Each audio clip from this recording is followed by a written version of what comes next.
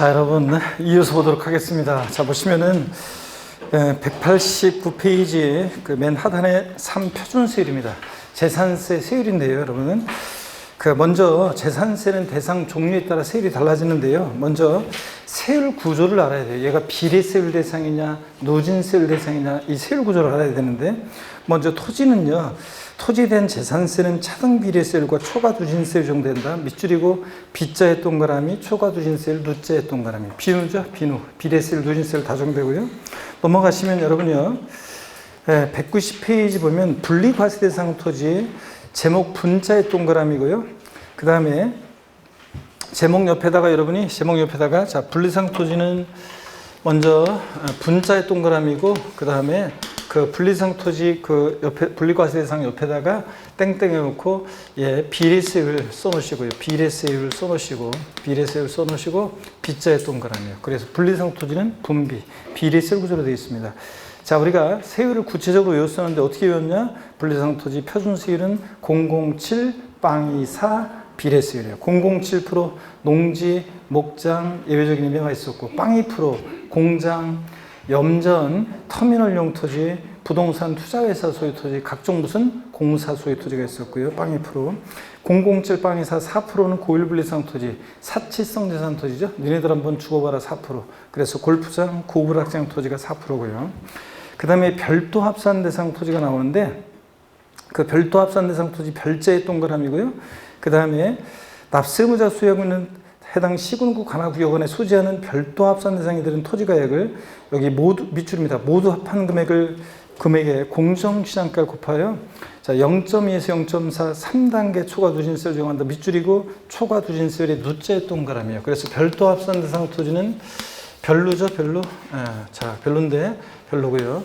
그 다음에 또 양가로 3번의 종합합산 대상 토지 종자의 동그라미고, 그 다음에 자, 납세 의무자가 수여하고 있는 해당 시군구 관할구역 안에 소지하는 종합합산 대상이 되는 토지의 가액을 밑줄입니다. 모두 합한 금액에 공정시장가에 곱해서 자, 과세 중과한 다음에 0.2에서 0.5 역시 3단계 초과누진세를 정한다. 밑줄이고 자, 누자의 동그라미요. 자, 그러니까 종합합산 대상 토지 종자의 동그라미, 초과 누진세율 누자의 동그라미요. 자, 이렇게 해서 여러분들이 해놓습니다. 그 다음에 초과 누진세율이 뭔지 여러분 보세요. 용어 설명드렸는데, 누진세율이라는 것은 과표가 커지면서 세율이 높아지는 거죠. 그래서 종합합산 대상 토지 그 과세 표준을 보세요.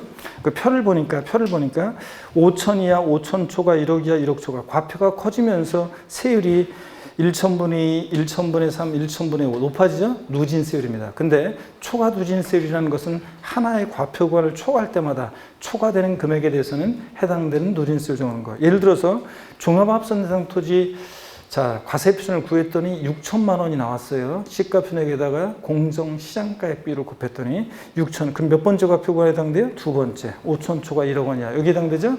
그러면 10만 원 플러스 10만 원이 어디서 나왔냐면 위에 5천만 원 곱하기 1,000분의 2, 즉 0.2% 하면 10만 원이죠.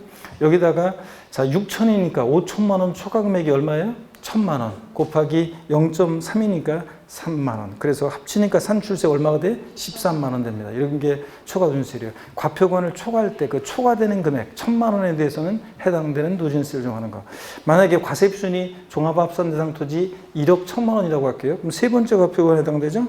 25만 원 플러스 1억 1,000이라고 했을 때 1억 원 초과 금액이 얼마예요? 1,000만 원 곱하기 0.5니까 5만 원. 그래서 산출세가 얼마가 돼? 30만 원. 이게 초과 누진세율입니다, 여러분. 하나의 과표관을 초과할 때마다 초과되는 금액에 대해서 지금 제가 예를 들었을 때 1,000만 원, 그 초과 금액에 대해서는 해당되는 누진세율 0.3, 0.5 이렇게 적용하죠? 이런 게 초과 누진세율입니다. 이해하셨으면 토지 세율 구조를 알아야 되는데, 순서는 바뀌어 있지만 우리 어떻게 외우냐면요. 순서는 바뀌어 있지만 이렇게 외웁니다. 분비는 종로에 갔더니 별로였더라. 제가요, 예전에 1999년에서 2000년 될 때 밀레니엄 시대 열린다고 그래가지고 광화문 광장에서 축제 열린다고 그래가지고 거기 나갔다가 겨울에 추운데 12월 31일 날 다시 추운 데서 고생을 엄청 하고요. 그 다음부터는 절대 안 나갔어요. 자, 그냥 TV로 보는 게 낫지. 근데 이제 코로나 사태가 종식되면 그 엄청난 인파 속에 한번 그런 모습을 또 보고 싶어요. 그래서 한번 다시 코로나가 종식되면 한번 나가보고 싶어요. 진짜 그런데 인파 속에서 한번 환호성도 질러보고, 자, 그런 시절이 뭐 그립습니다. 그래서 여기 보세요. 분비는 종로에 갔더니보다 별로였더라, 그런 얘기입니다. 다 그래서 토지 세율 구조를 알아야 되는데, 시험 문제, 제가 맨날 분비는 종로에 갔더니 별로였더라, 건비 하면서 이렇게 외웠어요. 수강생들이 뭘 이렇게 저렇게 외우라고 하냐, 머리 끌다가 외우나 하는데, 시험에서는 어떻게 나왔냐? 30회 시험 때.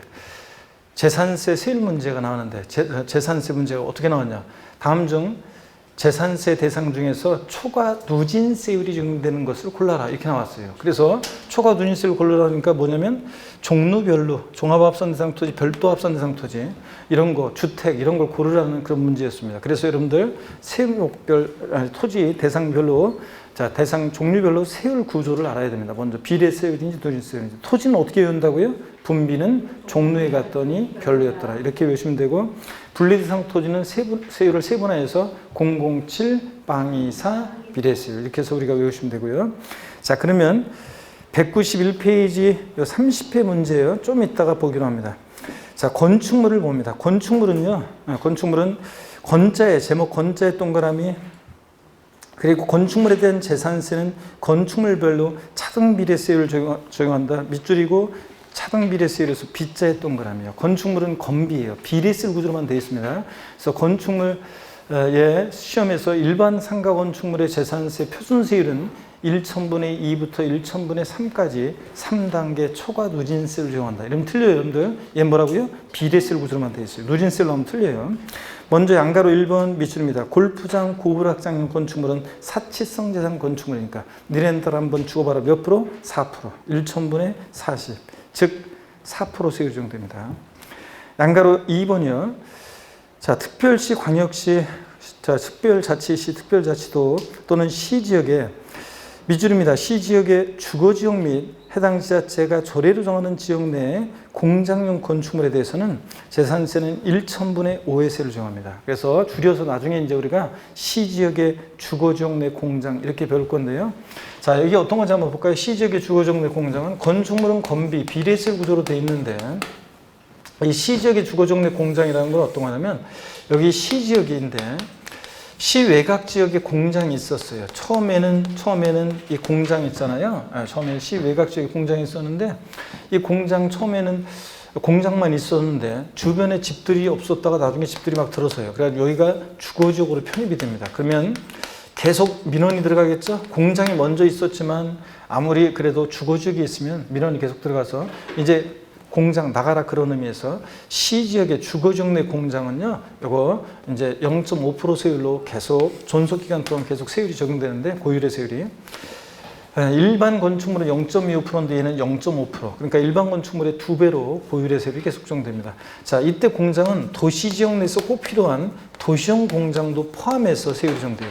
그러니까 무슨 얘기냐면, 아무리 도시지역 내에 필요한 공장이라도 주거지역에 있으면 안 되겠다 그래가지고 도시형 공장을 포함해서 세율이 적용됩니다. 자, 이런 얘기예요. 그래서 길게 나와 있지만 줄여서 우리는 시지역의 주거지역 내 공장 이렇게 기억하시면 돼요. 0.5%입니다. 그 밖의 건축물, 일반 건축물은 1,000분의 2.5, 즉 0.25%, 즉 0.25%의 세율이 적용됩니다. 밑줄이고요. 자, 그래서 이렇게 해서 건축물 세율을 한번 봐놓고 갔다가 나중에 이제 저 유학식 같은 거 할 때 이제 다음에 정교하게 우리가 외워요. 나중에 025, 05, 125세요 안 하면 주거비례세를 하면서 이제 외울 건데, 오늘은 그냥 따로따로 일단 한번 봐놓습니다. 사실성재산 건축물은 4%고 시지역의 주거지역 내 공장은 0.5%입니다. 그리고 그 밖에 일반 건축물은 0.25%고요. 이렇게 한번 보고 갑니다. 자, 몇 줄 넘어갑니다. 건축물 잘 모르겠으면 건비, 비례세 구조로 되어 있다는 것이라도 꼭 기억하시고요. 네.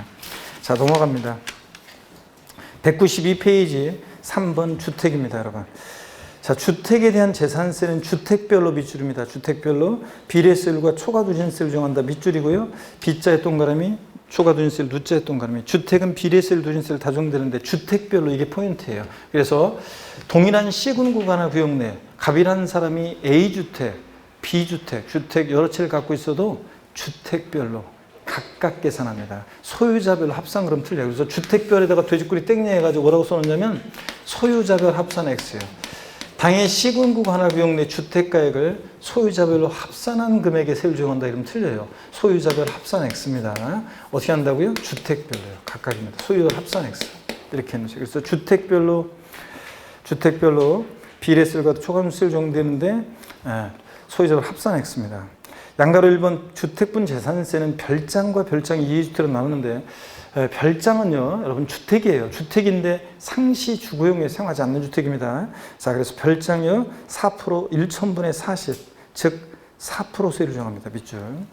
그 다음에 그 밖에 주택에 대한 재산세는 1,000분의 1부터 1,000분의 4, 0.01에서 0.4%까지 4단계 초과세율을 정합니다. 밑줄 짝이요.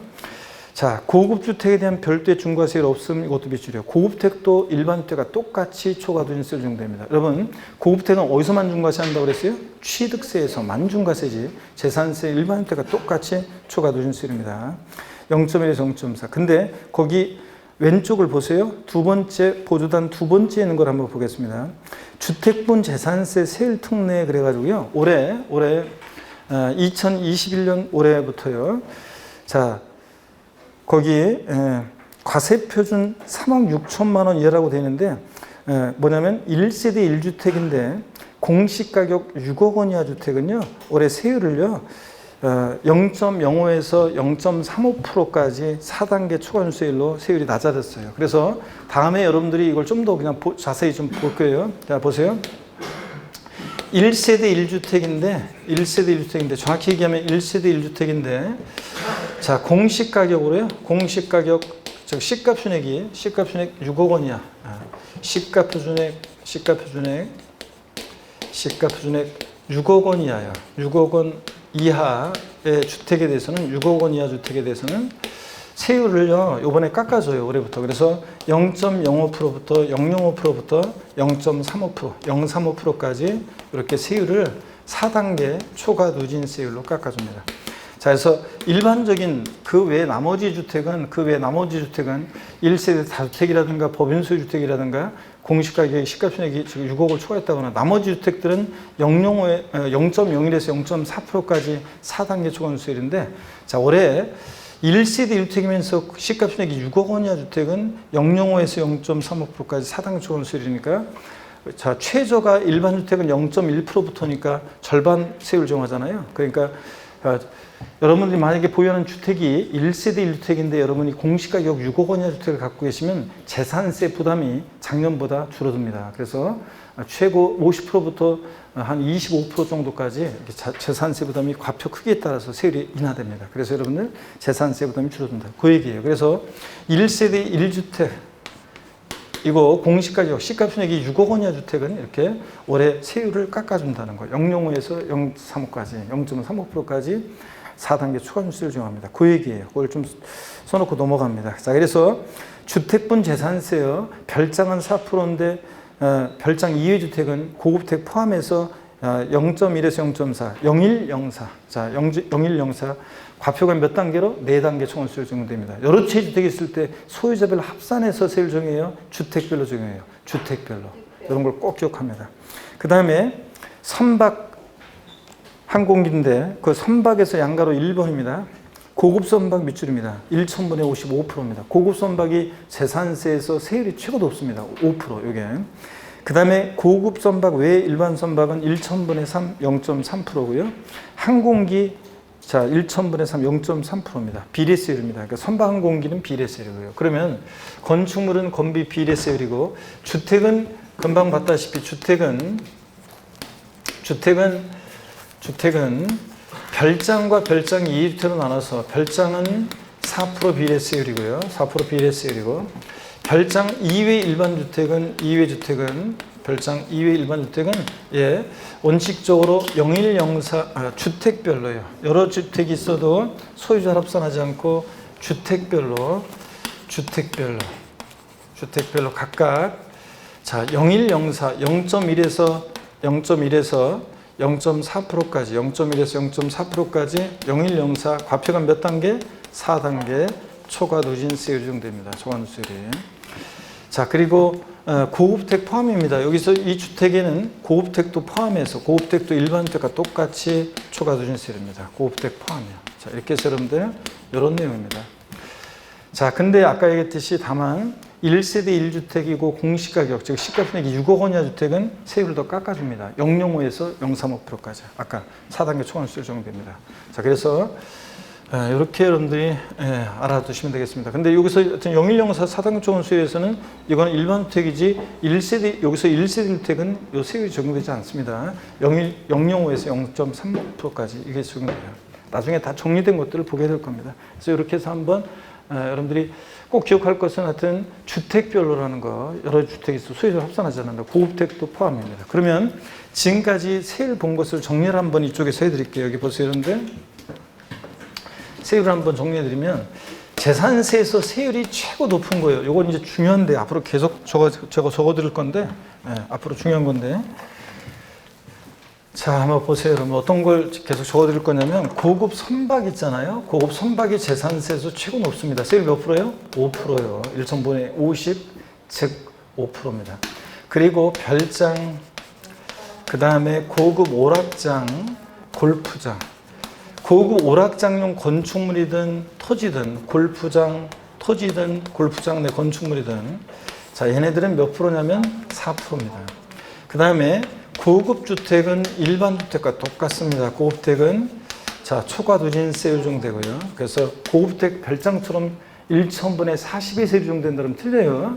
별장은 4%지만 고급택은 일반 주택과 똑같이 초과 누진세율이고. 그 다음에 재산세에서 세율이 그동안 최고 낮았던 것은 농지, 목장, 예외적인 임야, 여기 이제 007%가 최고 세율이 낮았어요. 근데 이제 올해부터 이제 보세요. 1세대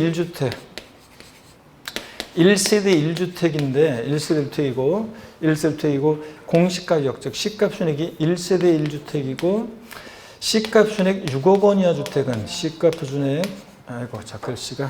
시가표준액 6억 원 이하 주택 있죠. 시가표준액 6억 원 이하 주택은 세율이 몇 프로요? 0.05%부터 적용돼요. 그러니까 자, 그래서 1세대 주택인데 시가표준액이 6억 원 이하인데 얘가 과세표준이 예를 들어서 과세표준이 6천만 원 이하다. 그러면 그런데 시가표준액 6억 원 이하고 과세표준이 만약에 과세표준이 6천만 원 이하다. 6천만 원 이하다. 자, 그러면 6천만 원 이하. 그러면 세율이요. 6천만 원 이하일 때 얘 세율이 어떻게 적용되냐면 얘는 0.05%입니다. 초과 누진세율 적용될 때. 그러니까 제일 낮은 게 지금 이제 1세대 1주택인데 시가총액 6억 원 이하인데 과세표준이 6천만 원 이하다. 그럴 때 0.05% 적용됩니다. 0.0 여기가 1세대 1주택에 0.05에서 0.35%까지 4단계 초과누진세율이라고 그랬잖아요. 과세표준이 그러니까 시가총액이 6억 원 이하인 1세대 1주택인데 과세표준이 6천만 원 이하라면 0.05%입니다. 그러니까 제일 낮아요. 그래서 제일 높은 것부터 시작해서 제일 낮은 것까지 얘네들 꼭 여러분들이 알아야 됩니다. 또 고급택은 초과 누진세율이지 별장처럼 4% 세율 적용한다 그러면 틀리고요. 그래서 제일 높은 거, 낮은 거 이런 것들 정리해 둡니다. 이렇게 아시겠습니까, 여러분? 중요했고요. 자, 그다음에 계속 이어서 봅니다. 문제 앞으로 가셔가지고 문제 한번 풀어볼게요. 아까 191페이지 그냥 온 게 있는데 191페이지 실력 체크 문제 한번 보겠습니다.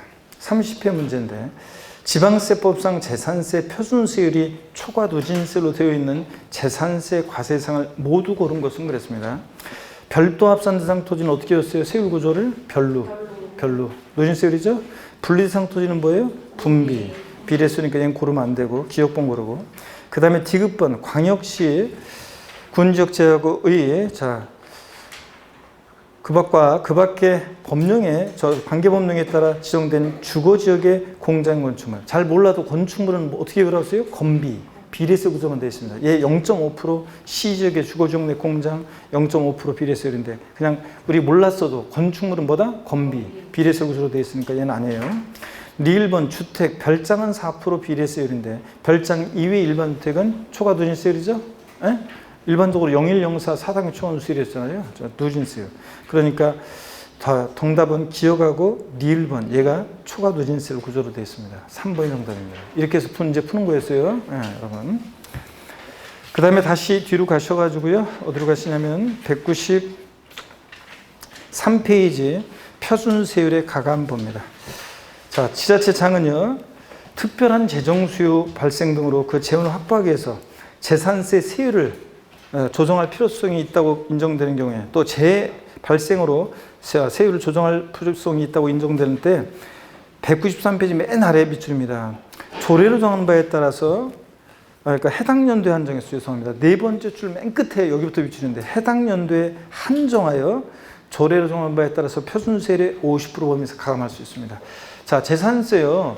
지자체장이 표준세율에다가 50% 범위에서 가감 정할 수 있는데 재해가 발생하거나 재산 변동 어떤 재정 수요가 발생했어요. 그래가지고 재산세를 좀 조정할 필요성이 있을 때 지자체장이 가감 조정할 수 있는데 이 가감 조정한 세율은 50% 범위 내에서 가감 조정한 세율 언제까지 적용한다? 해당 연도만 적용해요. 그해 조정 필요성 때문에 적용하는 거니까 해당 연도만 적용하는 거지 다음 연도에 한해서 적용한다 땡 3년간 적용한다 땡 그랬는데 예전에 이 단서 규정이 신설됐을 때 해당 연도만 적용한다는 단서 규정이 신설됐을 때 그해 제가 바꾸면 다음 연도에 한해서 적용한다 땡 3년간 적용한다 땡 이렇게 나올 거라고 했는데 시험에서 나왔던 것이 5년간 적용한다. 당연히 틀렸어? 제가 그렇게 얘기를 해줬는데 맞춰야지 당연히. 근데 맨날 이런 얘기를 또 해줬는데 작년에는 지문에 어떻게 나왔냐. 표준 재산세 표준세율의 50% 범위에서 가감 적용할 수 있는데 3년간 해당 연도부터 3년간 가감 적용한 세율은 해당 연도부터 3년간 적용한다. 역시 여러분들 해당 연도만 적용합니다. 자, 그래서 이거 193페이지 주의하시고 넘어갑니다. 넘어가서 보시니까요. 실력 체크 문제, 작년 기출 문제인데 한번 볼까요, 여러분들? 작년 기출 문제. 지방세법상 재산세 과세 표준과 표준세율에 관한 설명으로 옳은 것을 모두 고른 것은 그렇습니다. 법령에 따른 재산세 경감은 고려하지 않음. 기억번에 지자체장은 조례 정바에 따라서 표준세율의 100분의 50 범위에서 가감할 수 있으며 가감한 세율은 해당 연도부터 3년간 적용한다. 아니고 가감 적용 세율은 언제까지만 적용해? 해당 연도만. 그래서 기억번 틀렸고 단서. 니은번 법령이 정하는 고불확장용 토지 표준세율은 1,000분의 40이다. 사치동재산이니까 니랬던 한번 죽어봐라 몇 프로예요? 4%지. 별장, 고불확장, 골프장 몇 프로? 4%. 맞고요. 디귿번 주택의 과세표는 법령에 따른 시가순액에다가 공정시장가를 곱하는데 자 주택은 무조건 몇 프로라고 그랬어요? 60% 곱하여 산정가액을 한다. 맞죠 여러분들? 시가순액에다가 공정시장가를 60%. 그래서 옳은 것은 니은하고 디귿이 옳습니다. 이렇게 해서 그런 문제였습니다. 다 풀 수 있었어야 돼요. 중과세율을 봅니다. 자, 고개 한번 드시고 여러분들 자 스트레칭 한번 제대로 해보겠습니다. 졸릴 시간인데 밥 먹고 자, 목 운동 한번 합니다. 아이고 반대로 돌리시고 허리도 좌로 우로 돌립니다. 기지개도 뒤로 화끈하게 제끼시고요. 자, 좋습니다. 어깨도 돌리시고 자, 힘내시면서 한번 보겠습니다, 여러분. 재산세 중과세하는 경우가 있는데 어떤 경우에 중과세하느냐? 과미력 적원역에서의 공장 신설 증설 시 중과세를 하는데 보세요. 과미력 적원역이요. 산업단지, 유치지역, 공업지역은 당연히 공장 지어낸다니까 제외하고 밑줄은 과미력 적원역에서 자 밑줄입니다. 공장 신설 증설한 경우 그 건축물 보유하고 있는 건축물에 대한 재산세 세율은요. 계속 밑줄입니다. 여기 포인트인데 최초 과세 기준일로부터 최초 공장 신증설일로부터 그럼 틀려요. 항상 재산세는 언제부터 그럼 언제부터요? 과세 기준 6월 1일로부터 몇 년간요? 5년간. 일반 건축물 표준세율이 몇 배요? 100분의 500, 5배 해당하는 세율을 정합니다. 밑줄이요. 자, 그래서 포인트는 최초 과세 기준일로부터 5년간입니다. 보유세다 보니까 한 번 중과세 끝나지 않고 그리고 표준세율 일반 건축물 영유효율이 몇 배요? 5배입니다. 100분의 500이요. 5배. 그래서 1,000분의 12.5, 즉 1.25%의 세율이 적용됩니다. 다만 산업단 유치적 공업적은 제외한다. 당연하죠. 공장 질환되니까. 이 정도 봅니다. 자, 그래서 거기 개념 플러스에서 취득세와 재산세에서의 이 과미력 적용의 공장 신증설 등에 대한 비교가 나와 있는데 과미력 적용의 공장 신증설 보세요. 취득세에서는 과미력 적용에서 공장 신증설하면서 공장용 건축물과 부속토지, 차량계 장비 이 네 가지 물건을 취득할 때 표준세율에다가 중과금세 몇 배? 2배 합한세를 중과하세요. 근데 재산세는 과밀업종 내 공장 신증서에서 보유하고 있는 공장용 건축물에 대해서 자, 이거 과세 기준으로부터 몇 년간이요? 최초 과세는 또 5년간 중과세입니다. 나중에 여러분 기회가 되면 비교대 특강집을 제가 이제 그거를 통해서 여러분들이 비교해서 쫙 이런 거 다 볼 수 있어요. 그래서 그때 보기로 하고 일단 이렇게 지금은 이 정도 봅니다. 세율 적용인데요. 주택에 대한 재산세는 어떻게 세율 적용하느냐? 자, 주택에 대한 재산세는 미줍니다. 주택별로 표준세를 적용한다. 그래서 주택별에다가 돼지꼬리 땡냐에서 소유자별 합산 X입니다. 여러 채의 주택이 있더라도 어떻게 한다고 했어요? 주택별로 각각 세율을 적용합니다. 자, 그 다음에 양가로 2번 보시면 물론 이제 분리과세되는 토지나 선박항공기도 개별과세하는데 양가로 2번 봅니다. 종합합산 대상과 별도 합산 대상 토지는 별도는 별도, 종합은 종합끼리.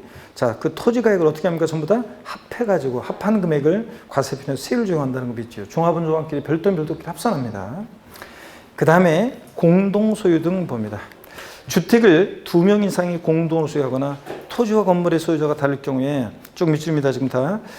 해당 주택에 대한 세율 적용할 때 해당 주택, 여기가 포인트예요. 주택의 토지 건물의 가액을 합산한 과세표준액에 초과도진 세율을 적용합니다. 합산한인데 구분한 이렇게 바꿔요. 시험에서는. 건물과 토지 구분한 이게 아닙니다. 자, 어떤 얘기인지 여기 한번 보세요. 주택이 있어요. 주택이 있는데 주택의 건물과 토지의 소유자가 달라요. 주택 소유자가 토지 소유자들입니다. 그러면 주택분 재산세 부과할 때는 항상 주택은 건물과 토지를 하나로 평가한다고 그랬죠. 하나로 과세하고. 그래서 건물과 토지 합산한 과세 표준금액에다가 여기다가 이제 주택의 세율을 적용해요. 주택의 세율을 적용해서 자, 여기다가 주택 세율을 적용해서 세액을 계산합니다. 근데 시험에서는 어떻게 바꾸냐면 주택의 건물과 토지 소유자가 다른 경우에 주택의 건물과 토지 구분한 그럼 틀려요. 건물과 토지 구분 계산한 과세표준금액에다가 여기다가 건물은 건물, 토지는 토지 세율 적용한다 그러면 틀립니다. 주택은 건물과 토지 합산한 과세표준금액에 주택세율 정합니다. 그래서 세액 나왔어요. 누가 납세의무자가 되느냐를 우리가 앞에서 배웠습니다. 이때 누가 납세의무자가 되느냐? 주택의 건물과 토지 면적 비율이 아니라 시가표준액 비율을 각각 구해요. 건축물과 토지에. 그래가지고 이 나온 만약에 시가표준액 비율이 6대4의 비율이면 저 나온 세액의 60%는 토지 소유자를, 40%는 주택 소유자, 갑이 납세의무자가 됩니다. 그래서 고지서도 각각 발부합니다. 자, 그래서 아까 납세의무자하고 이어지는 거예요. 주택의 건물과 토지 소유자가 다른 경우에 주택분 재산세는 주택의 건물과 토지 구분 계산한 과세표준액에 건물과 토지 각각의 세율을 정해서 세액 계산한다. X입니다. 건물과 토지 어떻게 한다? 합산하는 과세표준액에 세율을 정합니다. 그럼 여러분 보세요. 우리가 있잖아요. 여기 잠깐 보세요. 그럼 어떤 얘기냐면 자, 동일한 시군구, 주택에 대한 재산세 과세 입장을 보세요. 이거 동일한 시군구 하나 구경하는데 갑이라는 사람이 A주택과 B주택을 보유해요. 그러면 주택분 재산세는 어떻게 하냐? 주택별로 각각 세액 계산합니다. 소유자별 합산하지 않고 주택별로. 근데 주택의 건물과 토지 소유자가 다를 때에도 주택은 건물과 토지는 어떻게 한다? 합산해서 계산합니다. 자, 그럼 이거 차이점 여러분 보이십니까, 여러분? 합산해서. 네, 그러면 여러 채의 주택이 있을 때는 어떻게 하고? 주택별로 각각 계산하고, 주택의 건물과 토지는 어떻게 하고? 합산해서 계산하고. 이해되십니까, 여러분? 요거 알고 있는지 시험에서 여러 번 물어봤습니다. 자, 구별하시고요. 됐습니다. 그 다음에 다가구 주택의 세율 적용 보겠습니다. 다가구 주택은요, 공법에서 배우죠, 여러분들. 1세대가 독립하여 구분 생활할 수 있도록 구입된 부분을 1구의 주택으로 본다며 주죠. 자, 지방 다가구주택은 단독주택이에요. 그래서 주인 한 사람한테 재산세가 부과되는데 다만 뭘 판단할 때 공동주택과의 과세형평을 해서 매 한 가구마다를 독립한 1구의 주택으로 봅니다. 바꾸면 보지 않는다고 바꾸겠죠? 이 경우 그 부속토지는 건물 면적 비율에 따라 각각 안분한 면적을 1구의 부속토지로 보고요. 자, 이렇게 다가구택은 공동택처럼 매 한 가구마다 독립한 1구의 주택으로 본다. 196페이지입니다. 재산세 도시적분은 시험에 한 번도 안 나왔어요. 그래서 이거는 그냥 참고적으로 보시는 건데 어떤 얘기인지 잠깐 봅니다. 그 구조만 설명을 드릴게요. 자, 여기를 보시면 여러분 우리가 2010년도까지 재산세가 있었고요. 그 다음에 2010년도까지 도시계획세라는 세금이 있었어요. 도시계획세. 도시계획사업을 위해서 부과했던 세금인데 이게 합쳐져 가지고 재산세로 통합됐습니다. 세목관소에 따라. 근데 종전에 이 도시계획세가 재산세랑 통합되면서 들어온 게 재산세 도시지역분이에요. 그러니까 재산세 도시지역분은 종전에 도시계획세가 공부하는 거. 이 도시계획세라는 세금은 어떤 세금이었냐고요? 도시계획사업을 위해서 부과하는 세금이에요. 근데 도시지역 바깥에서 있는 사람들한테 걷어가지고 도시민들을 위해서 쓰면 도시지역 바깥에 있는 사람은 뭐가 돼? 그래서 요 도시계획세는 도시지역 내 토지, 건축물, 주택을 보유한 자에게 부과했던 세금입니다. 선박한 공인 아니고요. 자, 도시지역 밖은 아니고요. 근데 여러분이 지금 여기 살고 계신 데는 광명시는 도시지역이죠? 네. 그잖아요. 그러면 여러분들이 주택을 광명시에 보유한다. 여러분이 납부하시는 재산세는요, 어떤 재산세를 내고 있는 거냐면, 재산세 지금까지 배운 과세표준 곱하기 세율에서 구한 산출세에다가요, 재산세 도시지역 내 토지건축물 주택의 과세표준, 시가표준액에다가 공정시장가율을 곱해서 구한 그 과세표준에다가 0.14% 도시지역분 세율을 적용해서 계산한 요 세액을요, 도시지역분 세액을 여러분이 납부하고 있습니다. 그래서 여러분이 납부하시는 지금 재산세는 순수하게 재산세만 있는 게 아니라 도시지역분 세액을 0.14% 세율 중에서 계산한 도시지역분 세액을 합한 금액을 여러분들이 재산세액으로 납부하고 있다, 그런 얘기입니다. 여러분. 이해되십니까, 여러분? 그래서 재산세 도시지역분은 종전의 도시계획세, 즉 도시지역 내 토지, 건축물, 주택을 대상으로 해서 부과한다는 거. 이게 도시지역분이라는 거. 이 정도만 아시면 돼요. 다 자세한 얘기는 나중에 한번 또 볼 기회가 있을 건데 이 정도만. 그래서 거기 개요를 보시니까 지방자치단체장은 국토의 계획 및 이용에는 법률에 따른 밑줄입니다. 도시지역 중 해당 지방의 의결을 거쳐 고시한 지역 안에 있는 토지, 건축물, 주택에 대해서 밑줄이요. 여기까지. 조례 정바에 따라서 재산세 과세표준의 세율 중에 산출한 세액에 재산세 토지 등의 과세표준에다가 토지 건축물 주택 과세표준에다가 1,000분의 1.4, 즉 0.14% 도시지역분 세율 중에서 산출한 세액을 합산해가지고 재산세에다가 산출한 세액을 재산세액으로 부과할 수 있다, 그런 얘기입니다. 이해되십니까, 여러분? 이거 재산세하고 또 0.14% 세율 중에서 계산한 세액을 합산해서 재산세액으로 부과할 수 있다, 이런 얘기입니다. 나머지 자세한 얘기는 됐습니다. 자, 이 정도 보시고요. 197페이지 제6절 재산세 부과징수로 넘어갑니다. 별표 3개죠? 독립화 문제든 종합 문제든 잘 나옵니다. 잘 보셔야 되는데, 먼저 재산세는 보유세다 보니까 뭐가 있냐면 과세 기준이 있어요. 매년 언제입니까? 6월 1일이요. 항상 재산세는 이것이 대상이 되는 물건인지 납세무자는 누가 되는지 과세표준 등등 항상 언제 기준으로 판단해? 과세 기준일 6월 1일 기준으로 판단합니다. 이 납기는 별표시해 놓고 상식처럼 알고 계셔야 됩니다. 이 납기는 제가 이것도 모르면 이것도 9월달, 10월달이 되는데 이것도 못 외우고 계시면 시험 장갈 자격이 없는 분이다, 제가 항상 얘기하는데, 재산세는 정기분에 대한 납기는 대상 종류에 따라 납기가 달라지는데요. 먼저 토지분은 9월 16일, 9월 30일까지, 건축물하고 그 아래 선박한 공기는 7월 16일부터 7월 30일까지 납기로 합니다. 다만요, 주택부는 서민들과 관계되어 있어가지고 납부 부담을 줄여주기 위해서 2번 나눠 징수합니다. 그래서 자, 해당 연도에 부가징수할 세액의 해당 연도 부가징수할 세액이 2분의 1은 사실은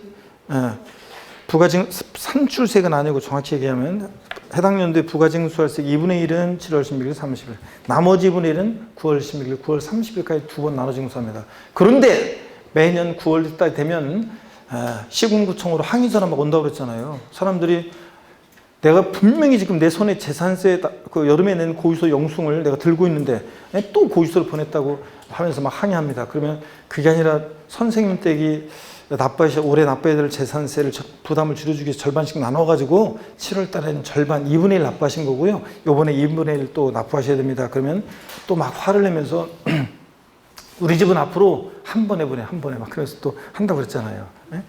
그런데 공인 중에서 공부하는 여러분들은 안 올 것 같지만 여러분들 중에서도 온다고 그랬죠? 꼭 한두 명씩은 저를 찾아와가지고 가을 되면 교수를 놓고 해가지고 음료수 내면서 뭐 좀 물어보려고 하는데요. 괜찮아요. 저기요, 내가 분명히 재산세 여름에 냈는데 또 이렇게 고지서 왔어요. 어떻게 해야 되나요? 욕만 바가지로 얻어먹고 간다고 그랬죠? 네. 자, 그런 얘기고. 그 다음에 다만 해당 연도의 부가세액이 20만 원 이하인 경우 납기를 7월 16일부터 30일까지 해서 한꺼번에 부가징수해야 한다는 것보다 할 수 있습니다. 20만 원 이하면 얼마 안 되는데 두 번 나눠 징수하면 서로 불편하잖아요. 자, 근데 시험에서는 또 이렇게 두 번 나온 적이 있습니다. 잘 보세요. 토지에 대한 재산세, 토지분 재산세를 부과하는 경우에 부가징수할 세액이 17만 원인 경우 조례가 정한 바에 따라 납기를 7월 16일부터 31일까지로 하여 한꺼번에 부가징수 할 수 있다. OX요. 왜 틀렸어요? 제가 뭐라고 그랬어요? 토지라고 그랬죠? 토지분 재산세 17만 원이다. 납부할 세액이 부가징수할 세액이 토지는 무조건 언제입니까? 9월 16일, 9월 30일입니다. 주택하고 헷갈리면 안 돼요. 주택분 20만 원이 할 때 7월 달 한꺼번에 부가징수 쓸 수 있는 거지. 그 다음에 수시부가 보겠습니다. 지자체장은 과세 이상의 누락이 위법 착오 등으로 인해서 임의부과세액을 변경하거나 수시부가 사유가 발생하면 수시부가 징수할 수 있습니다.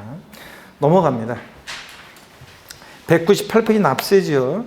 자, 재산세는 납세지는 당연히 지방세니까 물건 소재지로 가야 됩니다. 토지 소재지, 건축물 소재지, 주택 소재지입니다. 근데 시험에서 주택분 재산세 납세지는 주택 소유자의 주소지다 아닙니다. 부동산 소재지입니다. 선박한 공기는 그냥 참고입니다. 징수 방법 봅니다. 재산세는 세무공무원이 세금 계산해서 납세 고지서를 발부하는 세금입니다. 그래서 재산세는 관할 지자체장이 세액을 산정하여 보통 징수 방법으로 부가징수합니다. 근데 고지서를 보낼 때요, 납세 고지서 발급을 해서 재산세를 징수하려면 토지, 건축물, 주택, 선박, 공기를 구분한 납세 고지서에 과세표과 세액을 적어서 밑줄입니다. 늦어도 납기 며칠 전? 5일 전까지 발급해야 한다는 거 밑줄이요. 자, 납기 시 5일 전까지 발표합니다. 납기 개시 전까지 좀 틀려요. 병기되는 조세와 부가세요. 지역자원시설세 보겠습니다. 특정 부동산이라고 되어 있는 것을 뭐라고 고치냐면 소방분에 대한 지역자원시설세 납기와 재산세 납기가 같을 때는 재산세 납세고지서에 나란히 적어서 병기해서 고지할 수 있습니다. 재산세 친구 그러면 누구예요? 소방분 지역자원시설세. 예, 재산세 친구니까 보통 징수합니다. 납기도 재산세 규정을 준용 대부분 다 따라가요. 같은 무렵에 재산세 고지서 따로 소방분 지역자원시설세 고지서 따로 만들면 서로 불편하잖아요. 만드는 사람이나 받는 사람이나. 그래서 재산세 고지서에 소방분 지역자원시설세를 나란히 적어서 고지해야 한다니고 할 수 있습니다. 밑줄이고요. 근데 시험에서 이거 소방분을 특정 자원분 및 특정 시설분으로 바꿀 수 있어요. 그거 주의하시고요. 그 다음에 199페이지 재산세 부가세입니다. 재산세 납세무자는 재산세만 내는 게 아니에요. 재산세 부과되는 재산세의 100분의 20을 뭐로요? 지방기획세에서 부과됩니다. 그래서 우리 부가세, 재산세는 암기를 했어요. 어떻게 암기했냐? 재진이 머리글자 따서 그렇게 적어놓으시면 되죠? 재진이. 재산세는 지방기획세가 20%로 부과됩니다. 재진이 이렇게 써놓으시고 재진이.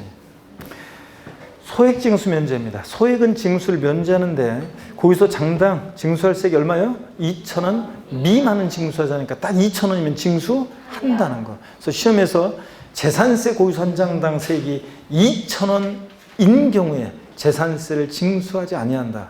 X입니다. 2,000원이면 징수합니다. 그리고 6번 신탁재산에 대한 특례는 전체를 삭제합니다. 이게 삭제됐습니다. 이 규정이 전체 삭제입니다. 볼 필요 없습니다. 전체 삭제하고 그 다음에 세부담 상한을 보겠습니다. 보유세 부담의 급격한 증가를 막기 위해서 전년도보다 올해 일정한 상한을 못 넘게 하는데요. 세부담 상한을 먼저 자 토지 건축물 같으면요 해당 연도의 재산세 해당 연도에 대한 재산세 산출세액이 직전 연도 해당 재산에 대한 재산세액 상당액에 100분의 150을 초과하는 경우에는 100분의 150에 해당하는 금액을 해당 연도에 징수할 세액으로 합니다. 전년도 세액의 150%를 못 넘게 해요. 토지 건축물은 부자다 보니까 공시가격 관계없이 무조건 150% 상한선으로 하는데요. 전년도에 어떤 토지 건축물에 대해서 재산세 10만 원 냈어요. 올해 19만 3천 원 계산됐습니다. 자, 올해 납부할 재산세는 얼마입니까? 15만 원입니다. 15만 원. 전년도 세액 10만 원에 100%는 10만 원이고, 예? 전년도 10만 원에 50%는 얼마예요? 5만 원이고. 그러니까 110%니까 150%니까 얼마예요? 15만 원. 15만 원을 상한선으로 합니다. 어떤 수강생분이 이걸 이해를 못 해가지고 아니 전년도세액 10만 원이라면서 저 10만 원에 100%가 왜 100만 원이지 왜 10만 원이냐고 하면서 막 저 잘못된 거 설명 잘못한 거 아니냐고 아니 실제로요. 저 설명 잘못한 거 아니냐고 질문한 수강생도 있었어요. 다른 데서 10만 원에 100%는 얼마라고요? 10만 원입니다. 10만 원에 100%는 10만 원이지 이게 100만 원이 아니에요, 여러분들. 자, 그래서 요거를 이해를 하셔야 됩니다, 여러분들. 그래서 자, 어떤 토지나 건축물에서 재산세 전년도에 10만 원 냈다. 올해 19만 3천 원 계산됐어. 얼마만 납부할세고 그래요? 15만 원을 납부할세고 합니다. 자, 주택은요, 이렇게 서민들과 관계돼 있어가지고 세분화돼 있어요. 길게 나와 있는데 바로 우리 201페이지 핵심 포인트만 별표시해 놓고 요거만 딱 결론으로 아시면 돼요. 자, 토지 건축물은 전년도세액의 몇 프로를 못 넘게 하느냐. 보유세 부담의 급격한 증가를 막기 위해서 세부담 상한을 두고 있는데 자, 몇 프로라고요? 150%. 토지 건축물은 공시가격 관계없이 무조건 150%예요. 근데 주택은 서민들과 관계돼 있어가지고 세분화돼 있어요. 공시가격 3억 원 이하는 몇 프로? 105%. 3억 초과 6억 이하 6억까지 110%. 6억 초과하면 130%예요. 주택분 6억 초과했을 때 150% 아니라는 걸 주의해야 돼요. 주택은 130%입니다. 이거 6억 초과했어도 이걸 주의하고 숫자를 외우셔야 되는데 실력 체크 문제 보겠습니다. 옛날 17회 때 기출문제인데 한번 보세요. 갑은 주택 공시가격이 6억 원인 주택을 소유하고 있다. 동주택에 2020년도 고유된 재산세가 50만 원이고 2021년도 재산세 산출세액이 124만 원이라고 가정한다. 이 경우 갑이 2021년도에 납부할 재산세는 그랬습니다. 그럼 여러분 우리가요 눈치를 채야 돼요. 전년도세액이 나오고 당연도세액이 나왔다는 것은 세부담 상한을 적용하라는 걸 눈치채야 돼요. 전년도세액이 얼마 올해 못 넘게 하는 거. 그러면 공시가격이 6억이니까 주택 세부담 상한선 3억 원 이하 105%, 3억 초과 6억 이하 110, 6억까지 몇 프로예요? 110%입니다. 그럼 전년도세액 50만 원에 100%는 얼마예요? 50만 원. 전년도세액 50만 원에 자 10%는 얼마예요? 5만 원. 그러니까 110%니까 얼마예요? 55만 원을 납부할세로 합니다. 124만 원이 계산됐어도 얼마만 부과해요? 예? 자, 55만 원만 부과합니다. 그래서 55만 원을 납부할세로 합니다. 이게 세부담 상한입니다. 이해되십니까, 여러분? 한번 이해하고 가시면 됩니다. 그 다음에 재산세 과세대장 등의 비치는 그냥 읽어보는 거예요. 양가로 1번 지자체는 재산세 과세대장을 비치하고 필요한 사항을 기재한다. 즉 토지, 건축물, 주택 대상의 종류에 따라 토지대장, 건축물대장 등을 작성 기록하는데 그런 얘기입니다. 그래서 재산세는 대장과세는 조세라고 학자들이 얘기해요. 대장이 있기 때문에 토지대장, 건축물대장. 이 경우 해당 사항을 전산 처리하는 경우는 과세대장을 갖춘 것으로 본다. 꼭 요즘 세상에 종이를 갖고 있어야 되는 거 아니잖아요. 네, 넘어갑니다. 202페이지 소유권 변동 신고요. 자, 이거 앞에서 제가 살짝 말씀드린 내용인데 한번 봅니다. 신고 의무. 다음 중 언어에 해당하는 자는 밑줄입니다. 과세 기준일로부터 10일 이내. 재산세는 항상 언제부터? 그러면 과세 기준일로부터입니다. 6월 1일 과세 기준일로부터 10일 이내에 그 소재지 관하는 지자체장에게 그 사실 알 수 있는 증거자를 갖춰 신고해야 한다. 밑줄장입니다. 어떤 자들이 신고해야 되냐면요. 동그라미 1번만 밑줄이요. 재산의 소유권 변동 또는 과세 대상 재산의 변동 사유가 발생했는데 과세 기준일까지 등기가 이행이 안 됐을 때는 공부상 소유자가 계약서 첨부해서 시장군수한테 신고하게 되어 있습니다. 어떤 얘기인지 한번 볼까요? 우리 이런 얘기예요. 재산세 납세의무자에서 우리가 배웠던 건데 이런 얘기입니다. 자, 어떤 얘기냐? 우리 재산세 납세의무자 할 때 이거 했었어요. 만약에 갑과 을이 부동산을 매매하는데 자, 그럴 때 계약금, 중도금, 잔금을 5월 31일 날 매수는 을이 잔금을 치렀어요. 근데 소유권 이전 등기는 6월 20일 날 됐어요. 자, 그럴 때 당연도 납세의무자는 누가 될 것이냐? 재산세는 항상 언제를 기준으로 판단합니까? 과세 기준일 6월 1일을 기준으로 판단합니다. 그래서 과세 기준일 6월 1일 날 자, 보니까 공부상으로는 여전히 누구 거예요? 갑 소유입니다. 근데 5월 30일 잔금을 치렀으니까 재산을 사실상 소유하는 자는 매수는 을이라고 그랬죠? 네, 그럴 때 보세요. 권리 변동이 있는데 과세 기준일까지 등기가 안 됐어요. 이럴 때는 이 공부상 소유자가 계약서 첨부해서 시장군수한테 과세 기준일로부터 10일 이내 6월 10일까지 이런 권리 변동 사실을 신고하게 돼 있어요. 자, 그래서 신고했어요. 공무원이 보니까 등기는 아직 안 되는데 5월 31일 날 잔금을 치렀네. 그러니까 이 재산을 6월 1년제 사실상 소유하는 자는 누구예요? 매수인 을. 얘가 그래서 납세의무자가 되는 거예요. 근데 우리가 배웠던 게 또 이게 있잖아요. 납세의무자에서. 자, 이렇게 권리 변동이 있는데 과세 기준일까지 등기가 안 되면 공부상 소유자가 과세 기준일부터 10년 신고해 주게 되는데 이런 신고를 안 했어요. 그래서 과세권자가 잔금 언제 치러주고 이런 걸 몰라. 그래서 사실상 소유자가 누군지 알 수 없을 때는 누가 납세의무자가 되는 경우도 있다고 그랬어요? 공부상 소유자가 납세의무자가 되는 경우도 있다. 배웠잖아요. 그 얘기입니다. 자, 그래서 과세기준일부터 10일 이내 이런 경우에 권리변동 등이 있는데 등기가 안 됐을 때는 과세기준일까지 이런 걸 신고해 주게 되어 있습니다. 2번 같은 것은 상속계시된 재산인데 상속 등기되지 않았을 때는 주된 상속자가 이게 상속계시된 재산이다. 누가 사실상 재산을 소유하고 있다. 이런 걸 신고해 주게 되어 있습니다. 3번 이거 달달 외우는 거 아니에요. 사실상 종중재산인데 공부상 개인 명의로 등재되어 있을 때는 공부상 소유자가 이거 실제는 종중재산이다. 이런 걸 신고해 주게 되어 있습니다. 신탁법에 따라 수탁자 명의로 등기록된 신탁재산 납세의무자는 위탁자인데 납세의무자는 위탁자로 바뀌었다고 그랬죠 올해? 네. 근데 수탁자가 이거 신탁재산이다. 이런 것들을 신고해 주게 되어 있다는 얘기입니다. 직권조사 봅니다. 이런 뭐가? 위탁자로 바뀐 거 아닌 거예요? 아니 이건 안 바뀌어요. 이거는 신고. 이게 신탁재산이다. 이런 걸 과세일부터 6월 10일 내에 신고해 주게 되는 거고 재산세 세금을 내는 납세의무자는 누구다? 위탁자. 이거는 그냥 이게 신탁재산이라는 것만 수탁자가 신고해 주게 되는 거예요. 직권조사 봅니다. 신고가 사실과 일치하거나 신고 없는 경우에는 지자체장이 직권으로 조사해서 과세장에 등재할 수 있어요. 그리고 사실은요, 이런 신고를 공부상 소유자가 안 했다고 해가지고요, 수탁자가 신고 안 했다고 그래가지고 이런 거 신고 안 했다고 해서 가산세는 정되잖아요. 재산세는 보통 징수 방법으로만 징수되고 어떤 경우에도 가산금만 정되지 가산세는 정되지 않습니다. 여러분 이런 신고는 자 협조 의무 같은 거예요. 왜냐하면요, 여러분 보세요. 재산세는 보통 징수하는 세금이니까 누가 세금 계산할 의무가 있어요? 누가 세금을 계산해요? 지자체장, 세무 공무원이 정확한 재산 상태 파악하고 정확한 납세의무자에게 세금을 부과 고지할 의무는 지자체에 있는 거예요. 우리는 그냥 가만히 있다가 고지서가 날라오면 내기만 하면 되는 거지. 자, 이런 것들을 정확히 파악해서 세금을 부과할 고지할 의무는 지자체에 있는 거예요. 그러니까 이런 신고 의무는 안 했다고 해도 가산세는 적용되지 않습니다, 여러분. 자, 물납부입니다. 재산세, 지방세에서 물납과 분할납부 모두 허용되는 세금을 골라라 그러면 재산세입니다. 물납부입니다. 물납의 요건과 보면 지자체장은 재산세, 밑줄입니다. 부가세인 지방교육세와 병기고지되는 지역자원시설세를 제외한 또 도시적부는 근데 포함한 금액이 재산세 납부세 1천만 원 초과하는 경우에 밑줄이고 동그라미 1번이요. 물납은 1,000만 원 초과할 때 할 수 있습니다. 그 다음에 납세의무자 신청을 받아 밑줄이고 동그라미 2번이요. 또 해당 지자체 관할구역에 있는 부동산에 대하여만 밑줄이고 동그라미 3번이요. 다른 시군구에 있는 거로 안 돼요.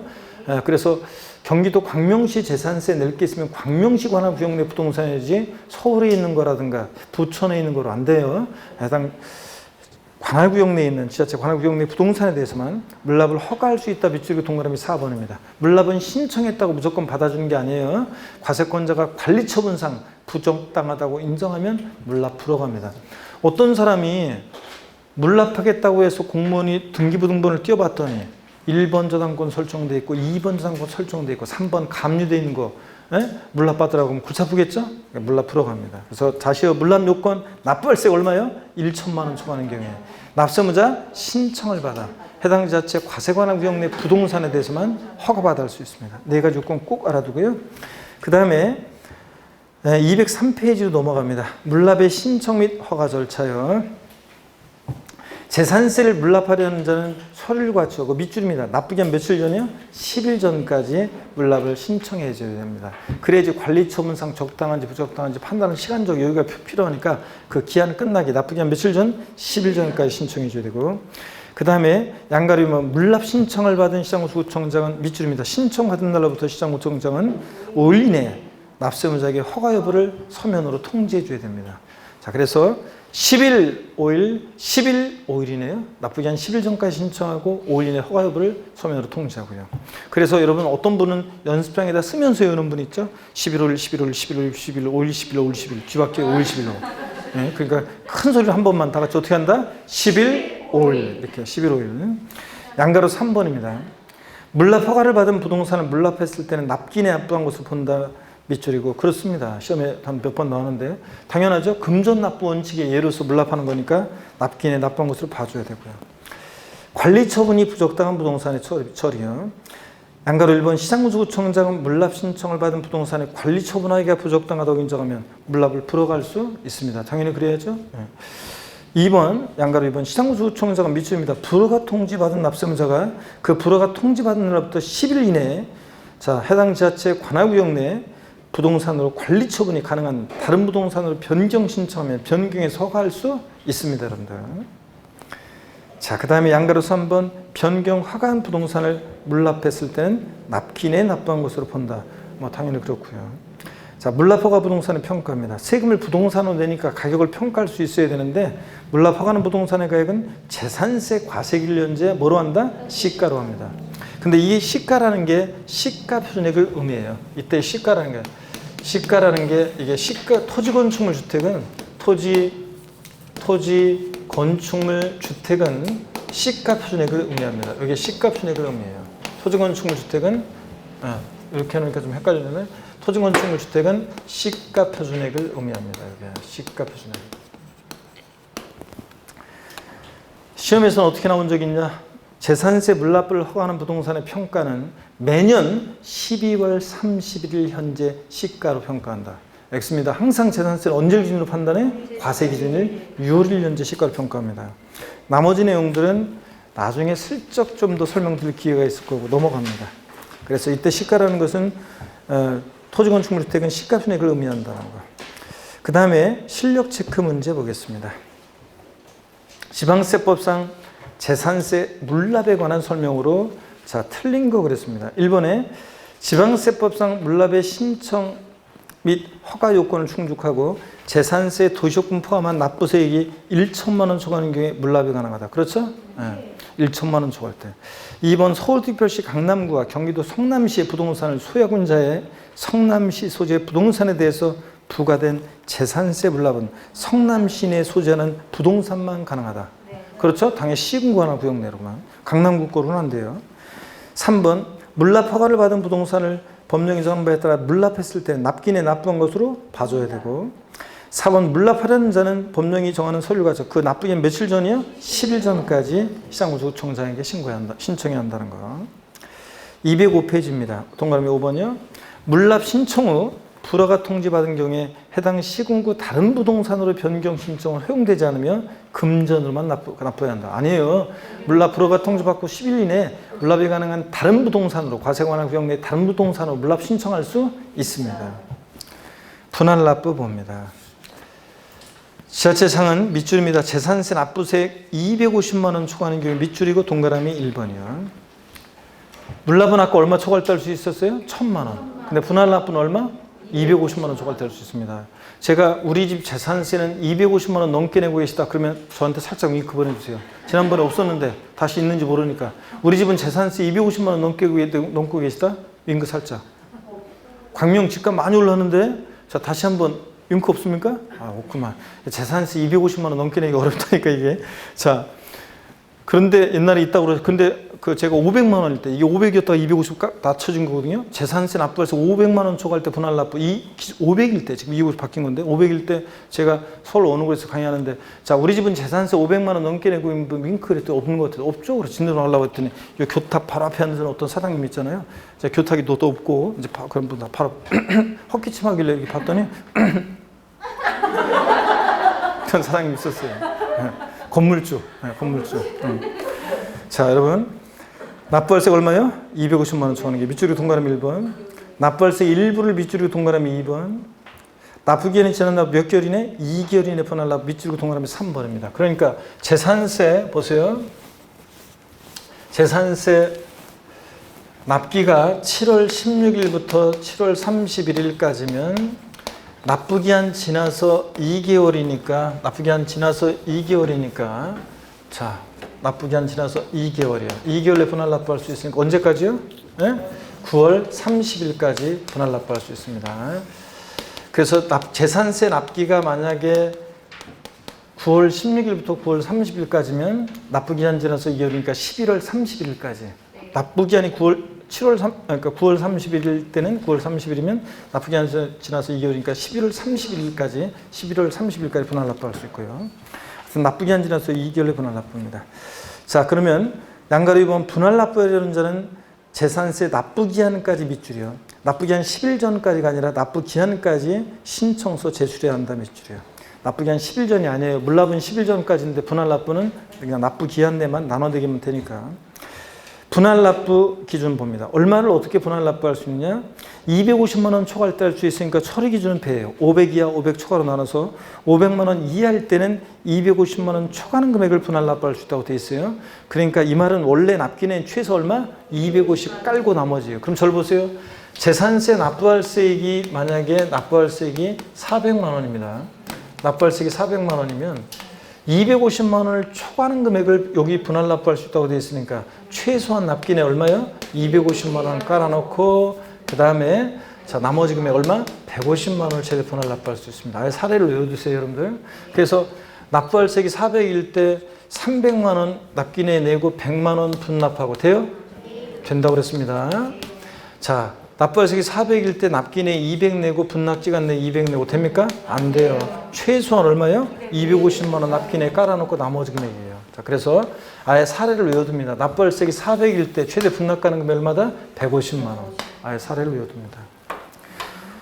500만 원 초과했을 때는 50% 이하의 금액이니까 최소한 납기내 절반 내고 나머지 금액 분할 납부예요. 재산세 납부할세액이 700이다. 최대 분납가는 금액 얼마입니까? 350만 원 최대 분할 납부 가능합니다. 자, 납세 고지서의 고지는 여러분이 읽어보시면 돼요. 분할 납부고지서가 된다는 거. 그 다음에 206페이지 우리가 가산금, 중가산금, 조세 총론할 때 다 했습니다. 그죠? 재산세 고유세 기준인 납부기한 하루 딱 지나면 3% 일반 가산금 깔고 계속 안 내면 중가산금 적용되는데 끝까지 버티면 납기후 한 달 지날 때마다 0.75%씩 해가지고 끝까지 버티면 몇 개월? 60개월까지 적용된다는 거. 그 다음에 5년 초과할 수 없고 60개월까지만. 그 다음에 30만 원 미만일 때 중과수명이 하지 않는다. 이런 얘기들 다 밑줄 그어놓고 다 봅니다. 다 설명드렸던 내용이고요.